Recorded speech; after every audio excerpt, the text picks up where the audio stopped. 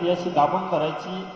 त्यामध्ये 3 बोट आहेत, ती आपली अशी डोळ्यावर ठेवायची आणि एक जे बोट आहे आपलं ते बोट असं कपाळावरती आलं पाहिजे, भुवयावरती.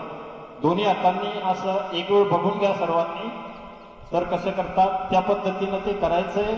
आणि मग श्वास पूर्ण आतमध्ये घ्यायचा. त्याच्यामध्ये आत घेत असताना पूर्ण जोपर्यंत पूर्ण श्वास आतमध्ये जात नाही तोपर्यंत श्वास आतमध्ये घ्यायचा आणि मग त्याच्यामध्ये आवाज आला पाहिजे.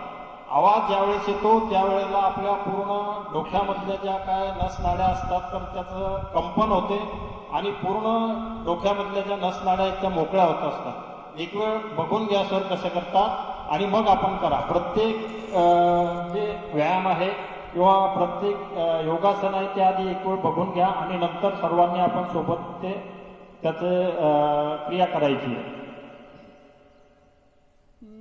अशा पद्धतीनं हे करायचं. इथे पूर्ण श्वास आतमध्ये घ्यायचा आहे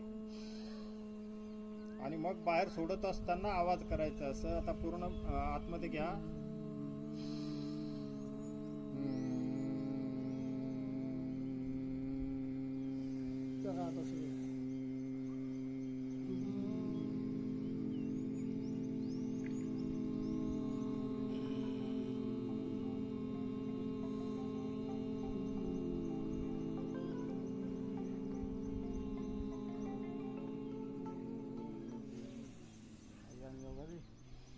जो श्वास आपण आतमध्ये घेतो तर तो बाहेर सोडायचा नाही. आवाजासोबत हळूहळू हळूहळू आपोआप तो श्वास बाहेर येतो.